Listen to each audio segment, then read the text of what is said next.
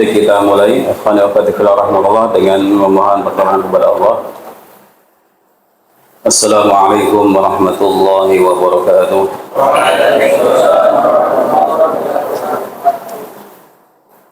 Alhamdulillahi rabbil alamin. Wassalatu wassalamu ala asyrafil mursalin nabiyina Muhammadin wa ala alihi wa sahbihi ajma'in. Amma ba'd. Alhamdulillah, pada hari ini Yaumul Ahad, hari Ahad, tanggal 11 Dzulqa'dah 1445 Hijriah atau 19 Mei 2024, kita berkumpul di salah satu rumah Allah Azza wa Jalla ini, di Baiti min Buyutillah, bersama-sama zikrullah, bersama-sama mengingat Allah Subhanahu wa taala, sama-sama mengingat kewajiban kita untuk beribadah kepada Allah, mengagungkan Allah, dan juga taat kepadanya. Dan majelis ini majelis yang mulia, ya.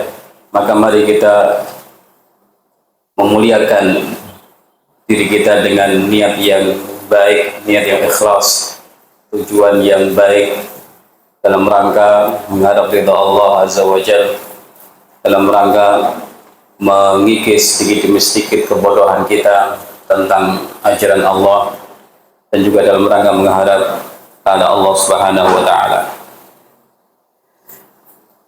Pada kesempatan ini akan dilanjutkan pembahasan kitab Fadlul Islam karya Syekh Muhammad Ibn Abdul Wahhab rahimahullah ta'ala, bagian ketiga, yaitu penjelasan tentang hakikat Islam. Ini judulnya, penjelasan tentang hakikat Islam.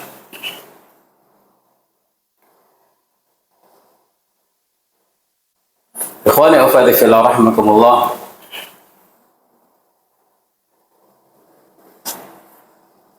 pada kesempatan sebelumnya, di bab pertama, penulis rahimahullah ta'ala menyampaikan tentang keutamaan agama Islam, bahwa Islam yang dibawa Nabi Muhammad SAW adalah agama yang hak, agama yang sempurna, agama yang diridhai Allah Subhanahu wa taala. Agama yang sempurna dan yang menyempurnakannya adalah Allah Subhanahu wa taala. Ini salah satu keutamaan dan keistimewaan agama Islam, agama kita.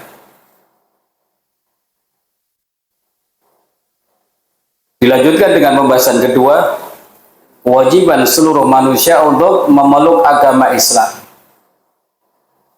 Karena agama yang hak itu satu-satunya adalah agama Islam yang dibawa Nabi Muhammad SAW, Rasul dan Nabi akhir zaman, maka semua orang wajib memeluk agama Islam.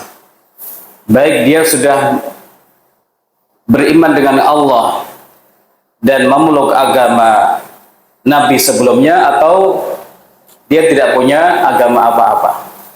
Yahudi, Nasrani pun harus memeluk agama Islam yang dibawa Nabi Muhammad SAW.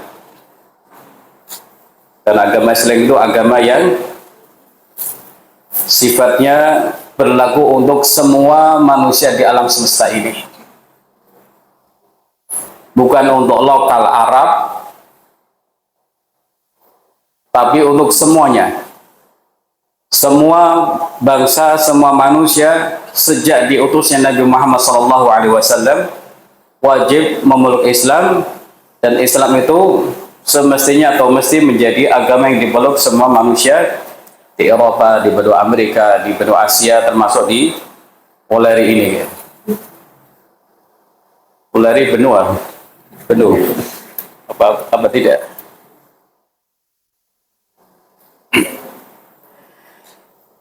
Nah, sekarang kita sampai di pembahasan ketiga, penjelasan tentang hakikat Islam. Setelah menjelaskan tentang keutamaan Islam dan kewajiban siapapun untuk memeluk Islam, maka perlu dijelaskan Islam itu seperti apa. Islam itu hakikatnya apa? Supaya orang-orang itu tahu Islam, hak-haknya, kewajiban-kewajibannya, rukun-rukunnya. Jangan sampai ada orang mengaku Islam tapi dia tidak tahu apa-apa atau bahkan perilakunya bertentangan dengan agama Islam. Ini yang sudah diingatkan oleh Syekh Fauzan hafizallahu taala, "Likai la yad'i ahadun annama huwa alaihi wal Islam wa huwa mukhalifun lil Islam." Agar enggak ada orang yang ngaku-ngaku Islam Mas ya, tapi ternyata perilakunya bertentangan dengan Islam. Islam Mbak ya, tapi nggak tahu apa-apa tentang agama Islam dan tidak mengerjakan kewajiban-kewajiban agama Islam.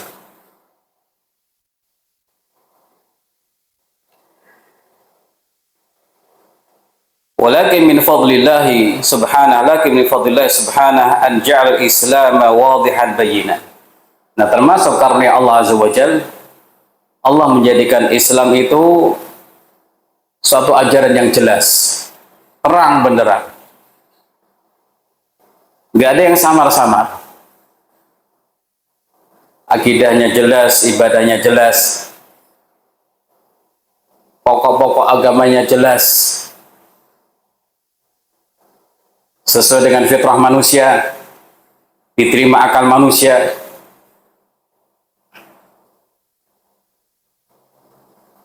Dan sebenarnya juga ajaran-ajaran Islam itu diterima oleh seluruh manusia sebenarnya. Fitrah manusia akan menerimanya.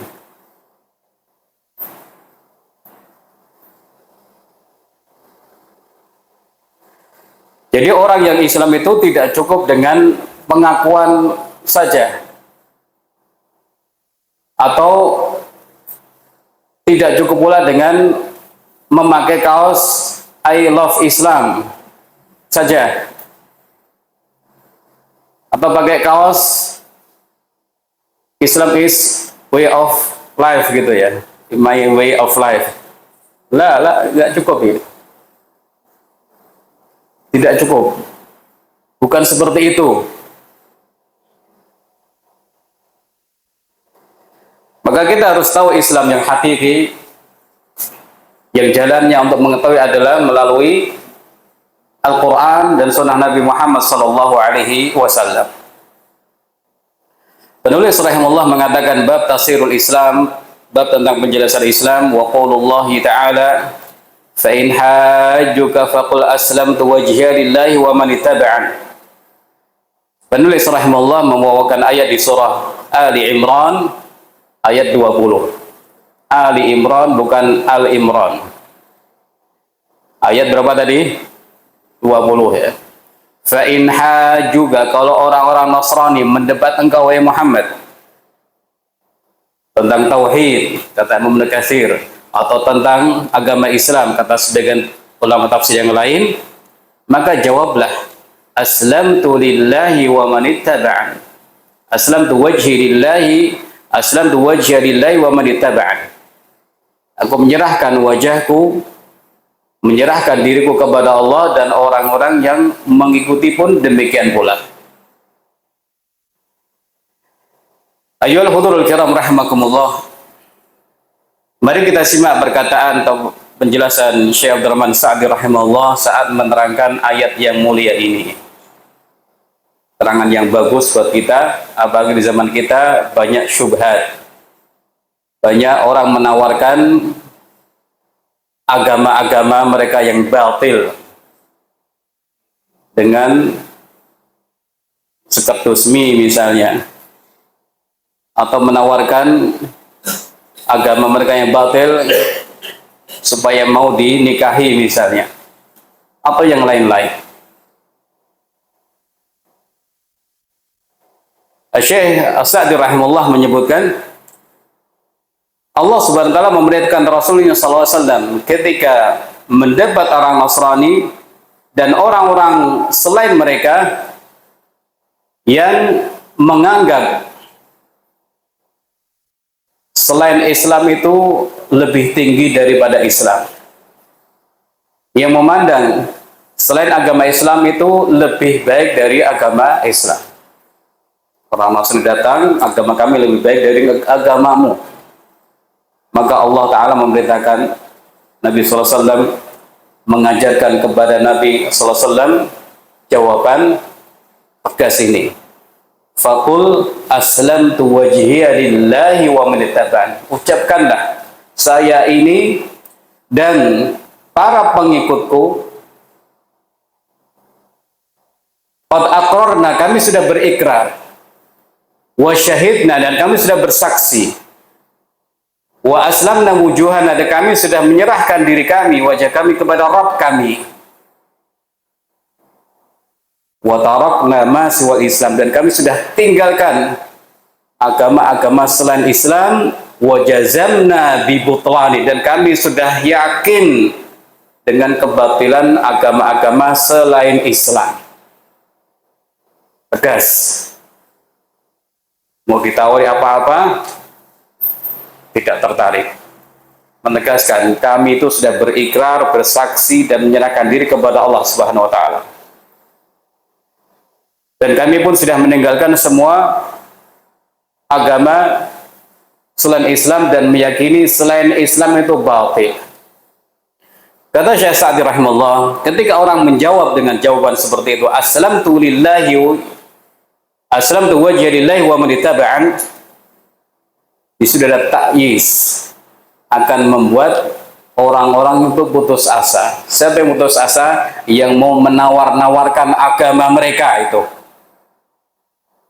yang mau mengajak murtad, yang mengatakan semua agama itu sama, atau mengatakan kami itu juga Islam juga loh sebenarnya, karena kami ngikutin Nabi Musa, kamu kan iman kepada Nabi Musa, kami itu sebenarnya juga Islam juga loh, karena kami ngikut Nabi Isa. Maka dijawab seperti ini, selain Islam batil, selain Islam kami tinggalkan. Dan manfaat yang lain selain akan membuat mereka putus asa, juga tajdidul lidinikum inda wurudi syubuhat, juga untuk memperbaharui atau menguatkan agama kalian ketika syubhat-syubhat itu datang untuk merampas atau merenggut akidah kaum muslimin. Langsung dijawab, saya hanya mau Islam, selain Islam tidak mau. Selesai. Kamu mau ngomong apa saja, agama ini agama kasih sayang, agama ini begini, ada juru selamat dan macam-macam, enggak. Selesai. Kamu yakin Islam itu agama satu-satunya hak yang harus dipeluk oleh semua orang, dan kami yakin kebatilan semua agama selain agama Islam. Ayyuhal hudurul kiram rahimakumullah ta'ala. Nah, Syekh penulis rahimahullah membawakan ayat ini karena di situ ada kata-kata aslamtu wajhiya lillahi wa man ittaba'an. Saya menyerahkan diri, menyerahkan wajahku kepada Allah, demikian juga para pengikutku. Islam artinya istislam. Di buku yang lain, Syekh Muhammad bin Abdul Wahab At-Tamimi menyebut Islam itu al-istislam lillah bitauhid, menyerahkan diri kepada Allah, berserah diri kepada Allah dengan tauhid. Kemudian tunduk patuh kepada Allah dengan taat kepadanya. Kemudian bara'ah minasyirik, berlepas diri dari syirik. Ini Islam. Islam itu berserah diri kepada Allah. Islam itu tunduk patuh kepada Allah. Islam itu mengikhlaskan ibadah kepada Allah Subhanahu wa Ta'ala. Islam itu melaksanakan perintah-perintah Allah Subhanahu wa Ta'ala. Ini makna Islam. Maka kalau ada orang mengaku muslim, muslimah, namun tidak beribadah kepada Allah, dia bertentangan dengan pengakuannya. Islam tidak seperti itu. Atau ada orang mengaku muslim tapi dia pengen hidup sebebas-bebasnya, itu juga bukan makna Islam yang benar, salah. Harus tunduk patuh kepada Allah Subhanahu wa taala. Maka aneh kalau ada istilah Islam liberal. Islam kok digantikan dengan liberal, bertolak belakang sekali. Islam itu tunduk patuh kepada Allah Azza wa Jalla, liberal semau-mau udele dewe. Tidak bisa.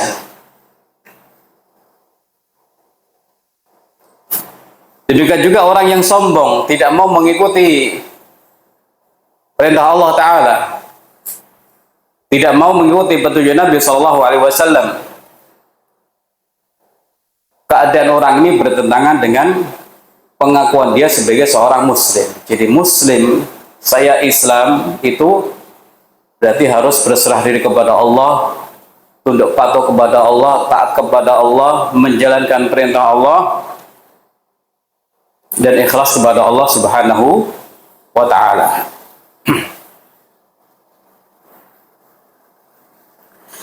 Ayat ini juga ikhwani wa fati fillah rahmatullah juga menunjukkan tentang agama Islam itu agama yang sifatnya umum, berlaku bagi seluruh umat manusia. Karena orang Nasrani pun diajak Nabi SAW untuk masuk Islam, orang Yahudi juga demikian. Beda dengan Yahudi dan Nasrani, itu agama untuk Bani Israel saja, agama setempat. Sehingga Nabi Musa mengatakan ya Bani Israel, demikian juga Nabi Isa ya Bani Israel. Maka mestinya nggak dibawa-bawa ke sini. Agama untuk Bani Israel saja, agama untuk anak keturunan Nabi Ishak, anak keturunan Nabi Yakub alaihissalam.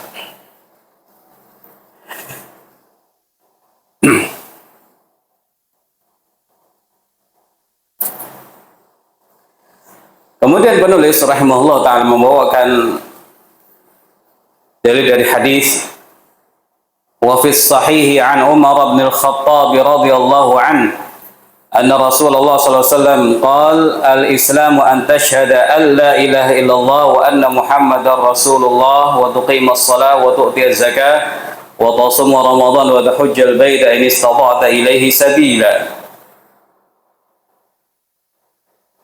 Dalam sahih dari sahabat yang mulia Khalifatul Rasyid Umar bin Khattab radhiyallahu ta'ala anhu, Rasulullah Shallallahu Alaihi Wasallam berbicara tentang tiang-tiang utama, pondasi-pondasi utama agama Islam, yaitu ada 5. Al-Islamu, Islam itu engkau bersyahadat, bersaksi bahwa tidak ada yang berhak disembah kecuali Allah Subhanahu wa Ta'ala, dan engkau bersaksi Muhammad bin Abdullah adalah utusan Allah Subhanahu wa Ta'ala. Ini rukun Islam yang pertama, yang menjadi landasan untuk rukun-rukun Islam yang lain. Makanya di nomor satukan, karena ini paling penting. Bersaksi tidak ada yang berhak disembah selain Allah, dan bersaksi Muhammad SAW adalah utusan Allah. Syahadatu tauhid, persaksian untuk bertauhid kepada Allah, dan syahadatu risalah, persaksian kerasulan Nabi Muhammad SAW. Yang pertama mengharuskan kita beribadah kepada Allah, tidak menyekutukan Allah dengan apapun. Yang kedua menuntut kita untuk menaati Nabi SAW secara mutlak, karena beliau SAW adalah Rasul yang menyampaikan risalah Allah Subhanahu wa Ta'ala. Ikhwani wa akhwati fillah rahimakumullah, la ilaha illallah. Ulama biasa menyebutkan di sini ada 2 rukun, rukun nafi dan isbat. Menafikan yang dilanjutkan langsung dengan penetapan, menafikan tidak ada Tuhan yang berhak disembah. Nafi, menafikan atau menolak. Dilanjutkan dengan isbat, penetapan. Ilah yang hak, Tuhan yang hak adalah Allah Subhanahu wa Ta'ala. Kalimat yang dahulu didakwahkan pertama kali oleh Nabi Sallallahu Alaihi Wasallam dan juga para rasul-rasul sebelum beliau. Dua rukun ini harus berjalan dengan berdampingan, menafikan, menolak ketuhanan-ketuhanan, Tuhan-Tuhan yang macam-macam itu, kemudian hanya menetapkan uluhiyah untuk Allah Subhanahu wa Ta'ala. Tidak boleh hanya nafi, tidak boleh hanya isbat. Di santri terutama harus paham nafi isbat ya. Yang ngeluh-ngeluh silakan minum dulu gitu. Ya. Nafi itu menafikan, menolak atau meniadakan. Menolak Tuhan-Tuhan semuanya. Mau terbuat dari ini, terbuat dari itu, atau mungkin bintang, atau matahari, atau bulan, atau yang menyembah malaikat, atau menyembah makhluk-makhluk halus, dan macam-macam. Semuanya ditolak. Lalu hanya menetapkan Tuhan yang hak adalah Allah Subhanahu wa Ta'ala. Kalau hanya nafi, maka menjadi ateis, tidak ada Tuhan, berarti ateis, mulhid. Kalau hanya menetapkan saja, apa nafi, terjatuh kepada syirik kepada Allah, nyembah Allah dan juga nyembah yang lain, tidak boleh.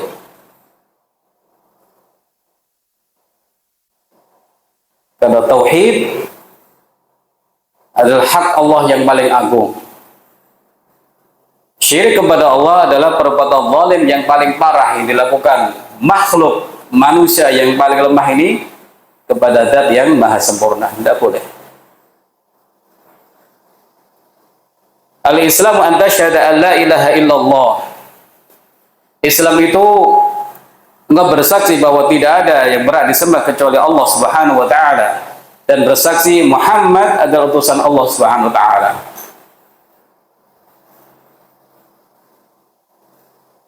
Persaksian terhadap beliau sebagai Rasul ada 4 kewajiban ya.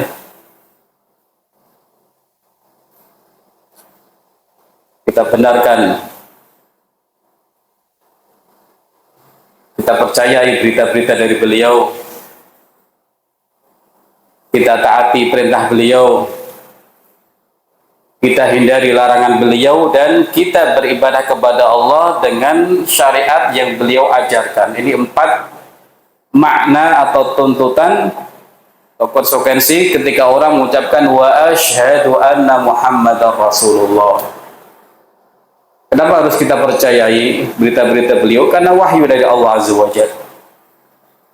Kenapa harus kita taati perintah beliau? Hakikatnya itu adalah perintah dari Allah Subhanahu wa Ta'ala.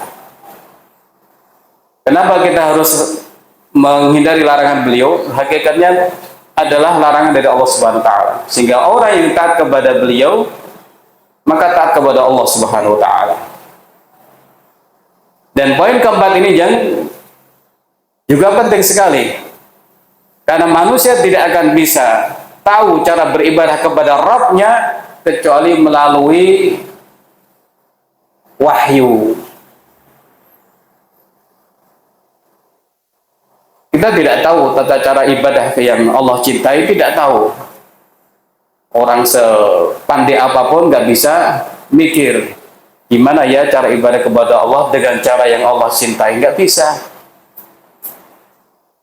Gimana cara ibadah yang Allah Ta'ala sukai, tidak bisa juga.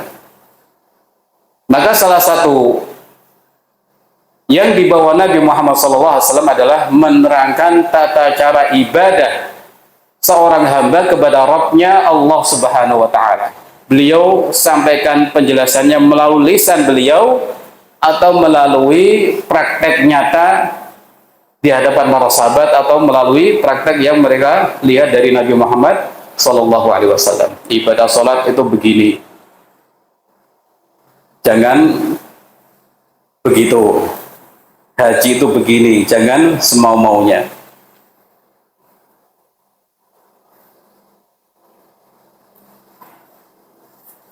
Maka seorang yang sudah meyakini Muhammad sallallahu alaihi wasallam adalah utusan Allah ya, dia hendaknya menjauhi perkara-perkara bid'ah,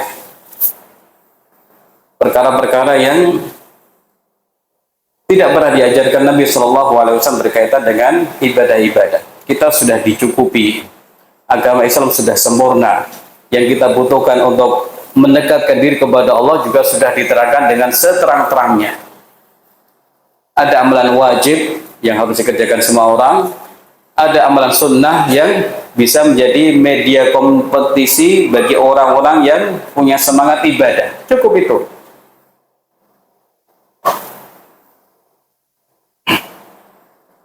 Sholat witir apa tadi, mudah apa susah? Hah? Mudah apa susah? Ya, semoga Allah mudahkan kita semua ya.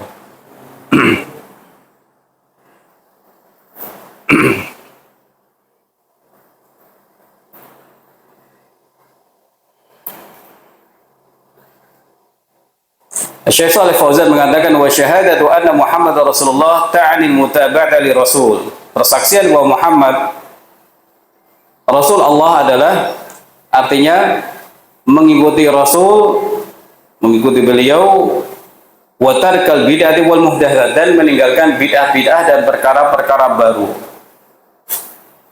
Nabi sudah memperingatkan untuk menjauhi bid'ah. Para sahabat juga sudah bersemangat dalam menyampaikan petunjuk Nabi dengan komplit dan utuh. Sehingga kalau ada orang yang keliru ya, langsung mereka tegur ya. Ada orang bersin kemudian alhamdulillah wassalatu wassalamu ala Rasulillah. Ini bagus atau tidak? Kelihatannya bagus. Bersin, wahing, hajing itu alhamdulillah wassalatu wassalamu ala Rasulillah. Bagus atau tidak? Kelihatannya bagus, tapi ditegur oleh Ibnu Umar dahulu. Tidak seperti itu yang dahulu kami dengar dari Nabi Shallallahu Alaihi Wasallam. Walaupun salawat bagus, tapi tidak seperti itu yang dahulu kami lihat atau diajarkan Nabi kepada kami.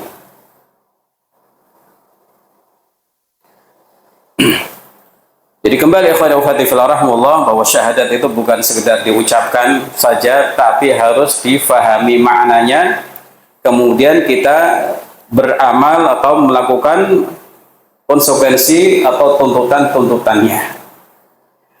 Wa tuqimas shalah. Yang kedua, rukun Islam yang kedua adalah salat, perkara yang paling penting setelah syahadatain. Rukun Islam yang paling penting setelah syahadatain, yang disyariatkan dengan cara mi'raj, sesuatu yang istimewa. Allah wajibkan kita untuk sholat 5 waktu dalam sehari semalam, dan ini pun sebenarnya mudah, tidak sulit. Allah wajibkan sholat 5 waktu sehari semalam di waktu-waktu yang kita memang butuh untuk bermunajat kepada Allah Subhanahu wa taala. Salat itu disebut salat karena dari kata silah ya, yang artinya penghubung antara seorang hamba dengan Allah Subhanahu wa taala. Kita diperintahkan untuk menegakkan salat, bukan sekedar salat, supaya orang itu betul-betul mendapatkan manfaat dari ibadah sholat yang dia kerjakan. Bukan sekedar yang penting sudah sholat, tidak, tapi bagaimana kita menegakkan sholat dengan sebaik-baiknya. Karena perintah-perintah dalam Al-Quran atau hadis, bahasa itu pakai iqamatus sholat, atau iqamus sholat, atau wa aqimus sholat, atau wa aqimis sholat. Tegakkan sholat. Maknanya lebih dari sekedar kerjakan sholat. Perhatikan rukunnya, perhatikan ruhnya, perhatikan khusyuknya.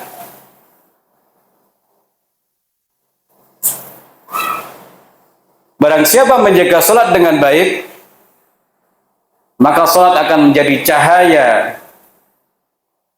bukti dan juga keselamatan dia di hari kiamat nanti. Rasul kita sallallahu alaihi wasallam bersabda, "Man hafadha 'alaiha", barang siapa menjaga salat, kanat lahu nuran wa burhanan wa najatan yaumal qiyamah. Barang siapa menjaga salat dengan baik, mengerjakannya dan terus menerus dengan sebaik-baiknya, maka salat akan menjadi cahaya bagi dia di dunia ataupun di akhirat, akan menjadi bukti keimanan dia dan akan menjadi keselamatan dia di hari kiamat nanti. Wa man lam yuhafid 'alaiha, barang siapa tidak menjaganya. Hati-hati, ini ancaman yang dahsyat dari Nabi SAW bagi yang kurang perhatian dengan salat. Wa man lam yuhafid 'alaiha lam yakun lahu nurun wa burhanun wa najatun yaumal qiyamah. Barang siapa tidak menjaganya, maka dia tidak punya cahaya, enggak punya burhan, enggak punya keselamatan. Wa huwa wa husyira ma'a Qarun wa Fir'aun wa Haman wa Ubay ibn Khalaf, dan akan dikumpulkan bersama Fir'aun, Qarun, Fir'aun, Haman dan Ubay bin Khalaf. Bukankah ini menakutkan ya? Orang yang mengabaikan, orang yang kurang perhatian diancam oleh Nabi SAW dengan ancaman seperti ini. Nah, bagaimana dengan orang yang meninggalkannya? Ikhwani akhwati fillah rahimakumullah ta'ala. Salat itu ibadah yang memang harus kita perhatikan karena menjadi pembeda antara muslim dan kafir, iman dan kufur, dan merupakan amalan yang akan dihisab pertama kali pada hari kiamat. Maka sudah sepantasnya kita semua kaum muslimin, para santri, santriwati dan semuanya untuk memperhatikan ibadah sholatnya dengan baik, karena akan dihisab pertama kali di akhirat nanti.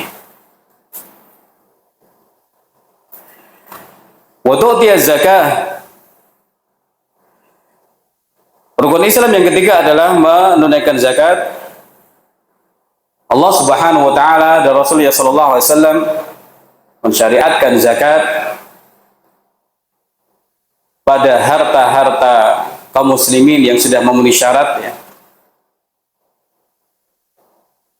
dengan kadar yang sedikit ya, tidak setengah hartanya, tidak seperempat hartanya, tidak sepertiga hartanya, tidak, tapi cuma 2,5%.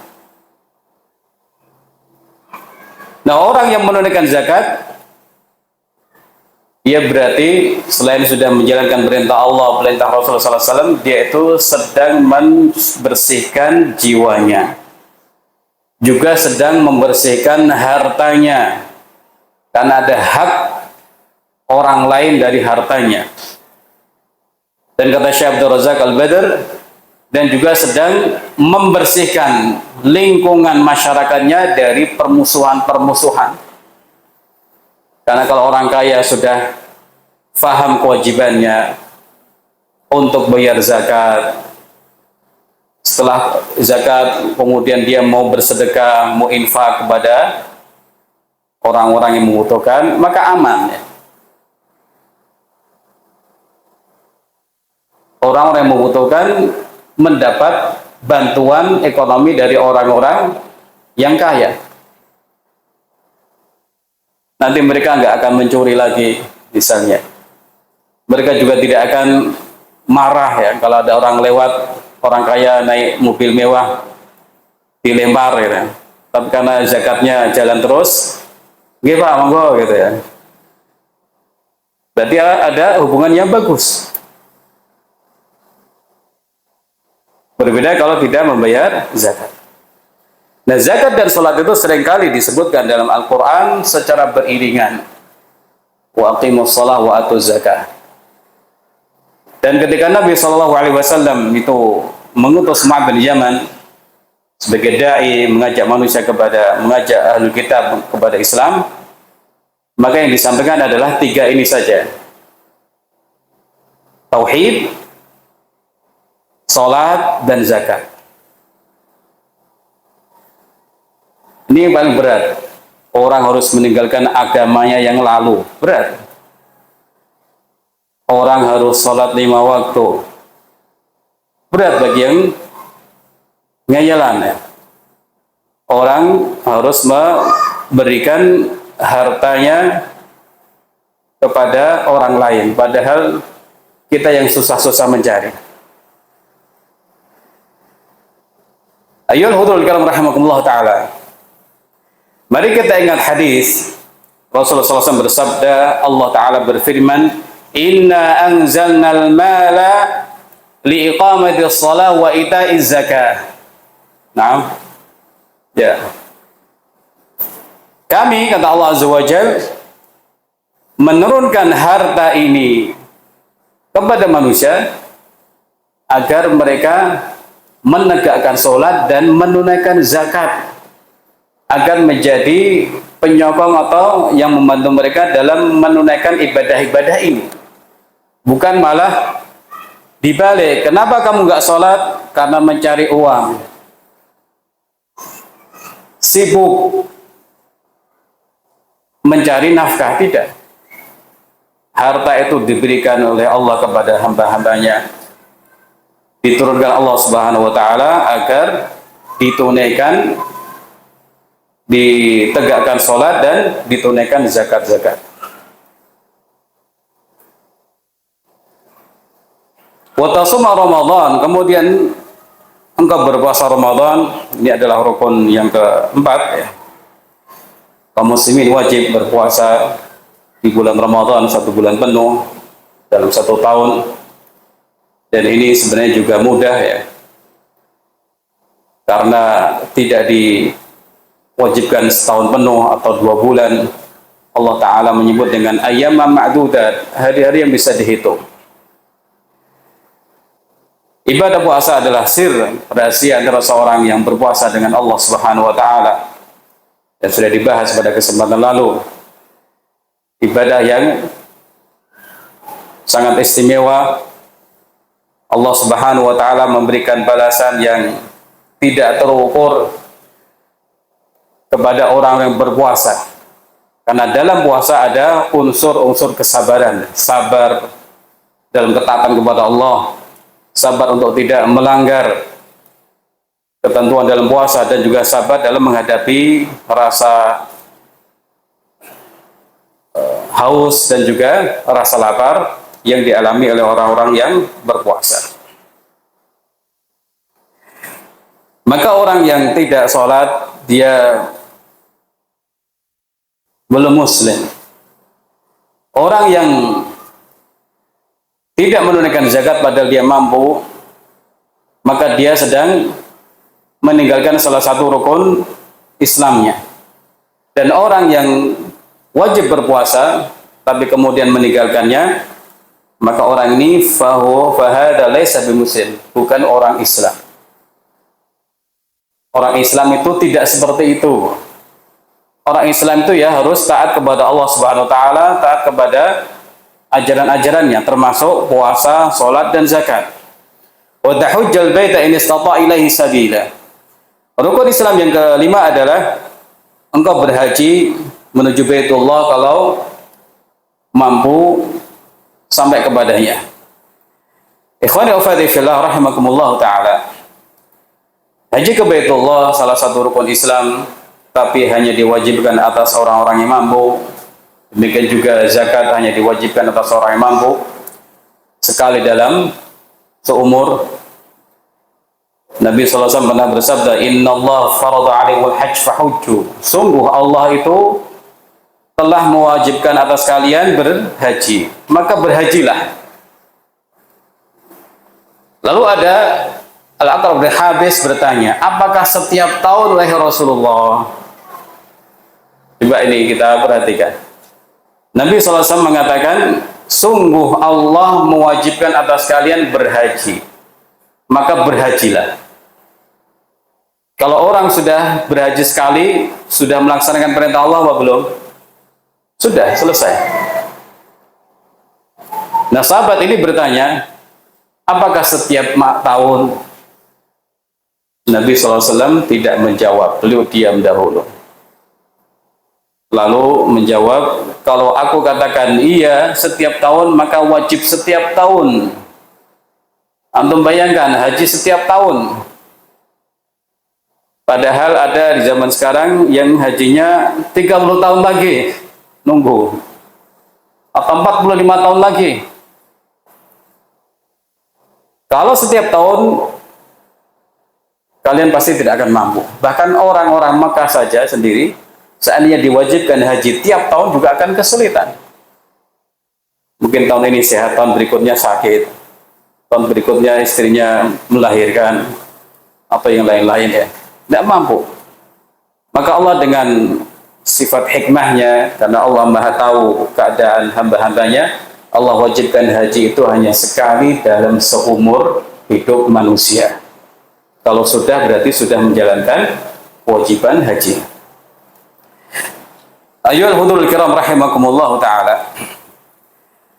Jadi dalam dalil kedua ini, Syekh Muhammad Ibn Abdul Wahab rahimahullah menyampaikan keterangan lain tentang agama Islam. Islam itu memiliki 5 pilar yang harus diperhatikan dengan baik supaya Islamnya nggak ambruk, bangunan Islam tidak runtuh, supaya terus kokoh ya.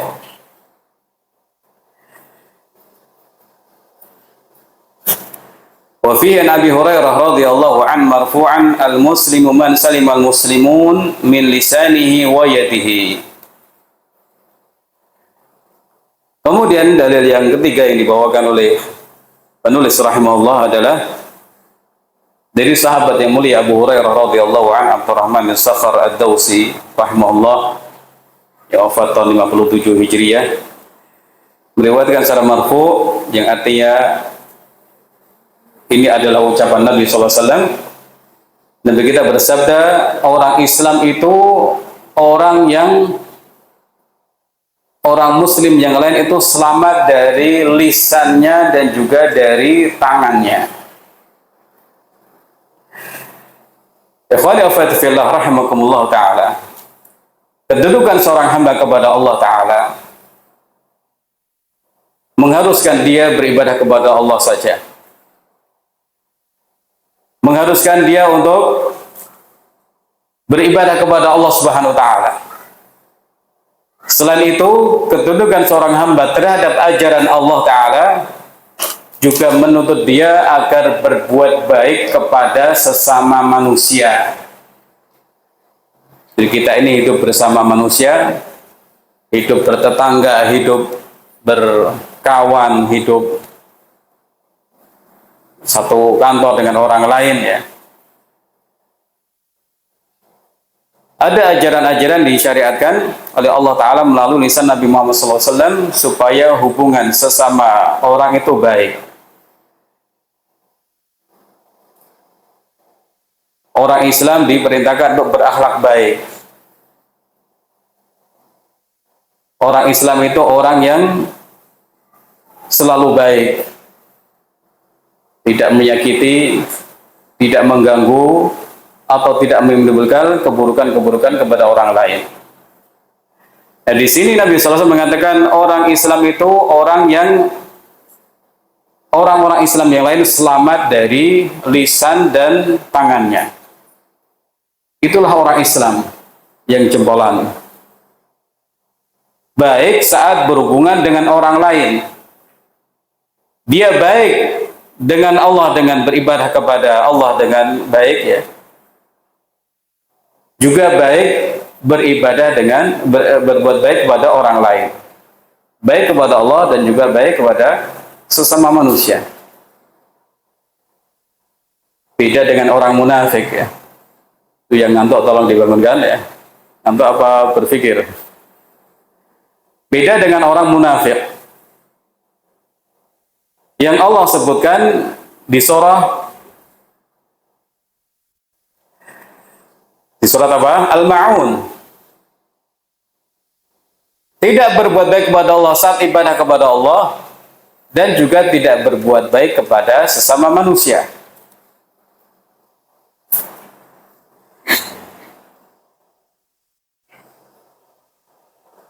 Al-Hafidz Ibnu Hajar Asqalani rahimahullah mengatakan, kenapa di sini disebut lisan saja ya?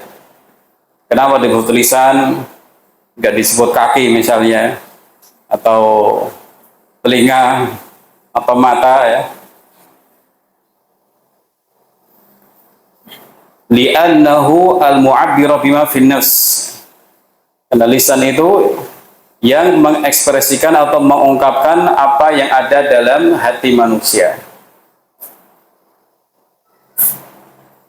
Mau dia senang, mau dia benci, itu nanti akan tampak melalui bahasa verbal atau ucapan manusia. Dia menyanjung atau dia mencela, juga melalui lisannya. Lisan itu anggota tubuh yang sebenarnya manfaatnya banyak sekali, dan ibadah-ibadah yang bisa dikerjakan itu banyak sekali. Zikrullah, baca Quran ya, menasihati. Tapi di sisi yang lain juga bisa menjadi alat yang membahayakan pemiliknya dan juga orang lain. Nah, secara khusus di sini Nabi SAW menyebutkan orang Islam itu orang yang bisa menjaga lisannya sehingga tidak mengganggu orang lain.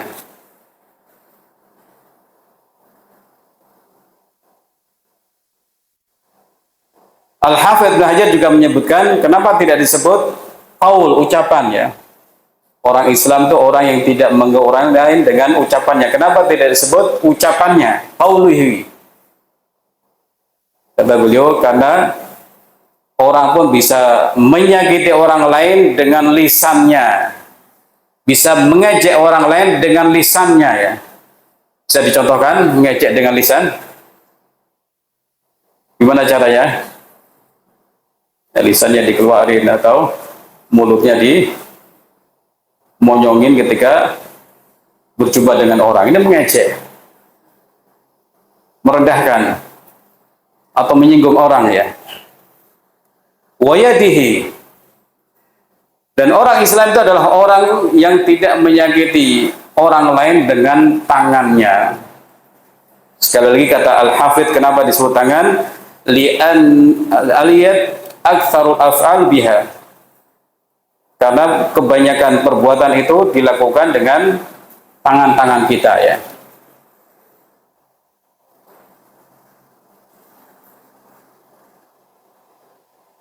Bisa dengan menulis ya, bisa dengan memukul ya.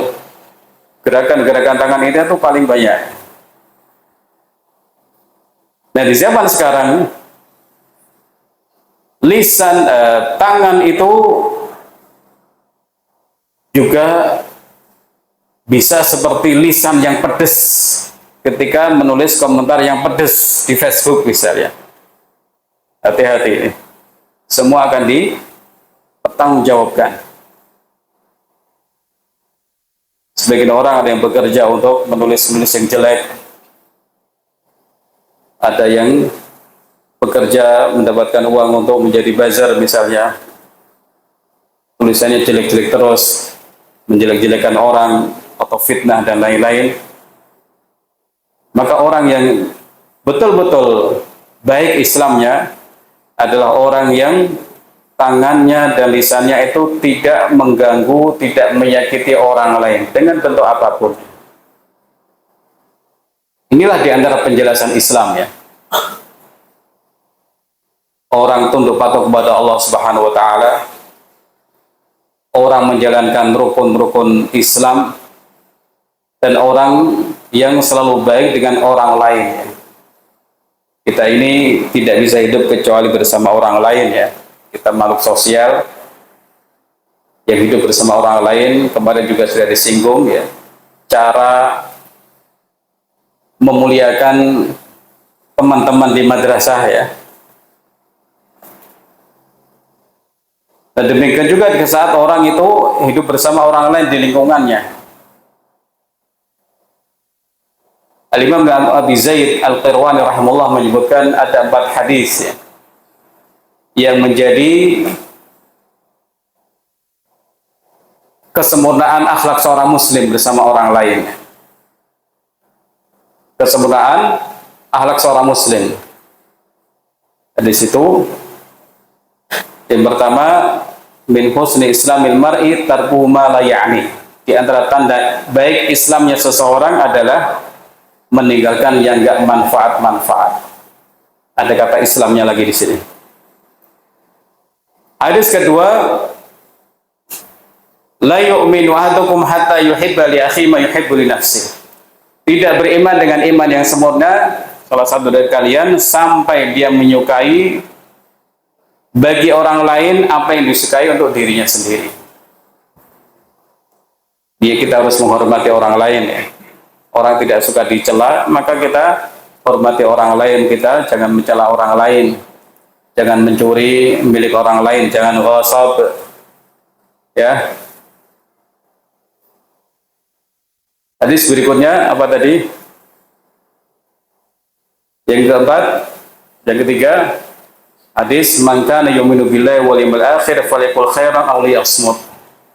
Barang siapa beriman kepada Allah, Rasul dan hari kiamat, hendaknya dia berkata baik atau diam. Dan hadis terakhir adalah la taghdab, jangan marah. Buat hadis dikatakan Imam Ibn Abi Zaid Al-Qara rahimahullah sebagai poros akhlak mulia seseorang. Kalau sudah melaksanakan 4 ini, baik dia bersama orang lain. Ayyuhal hudurul kiram rahimakumullah ta'ala. Jadi dalam Islam ini kita diajarkan kebaikan-kebaikan, kita diperingatkan dari keburukan-keburukan. Syariat-syariat dalam agama Islam membawa kita kepada kebaikan-kebaikan, kemaslahatan-kemaslahatan, dan juga larangan-larangan itu akan menghindarkan orang dari keburukan demi keburukan. Nah, orang Islam itu orang yang selalu tunduk patuh kepada Allah dan juga mengikuti aturan-aturan Allah Subhanahu wa taala. Dengan ini nanti dia menjadi muslim yang baik, yang hatinya dia serahkan kepada Allah, yang niatnya dia murnikan kepada Allah Subhanahu wa taala. Dia selalu tunduk patuh kepada Allah taala, taat dan juga taat kepada Allah taala, Rasulnya sallallahu alaihi wasallam. Dengan inilah nanti dia menjadi orang yang baik, orang muslim yang baik. Saya kira ini yang dibahas. Cukup dengan 3 dalil dari Al-Quran Al-Karim dan juga dari 2 hadis Nabi Sallallahu Alaihi Wasallam. Semoga kita diberikan pemahaman yang lurus oleh Allah Subhanahu Wa Taala terhadap urusan-urusan agama kita, dan semoga Allah mudahkan kita untuk mengamalkan ajaran Islam dan mendakwahkannya. Amin. Wa sallallahu ala nabiyina Muhammad wa ala alihi wa sahbihi ajma'in. Assalamualaikum warahmatullahi wabarakatuh.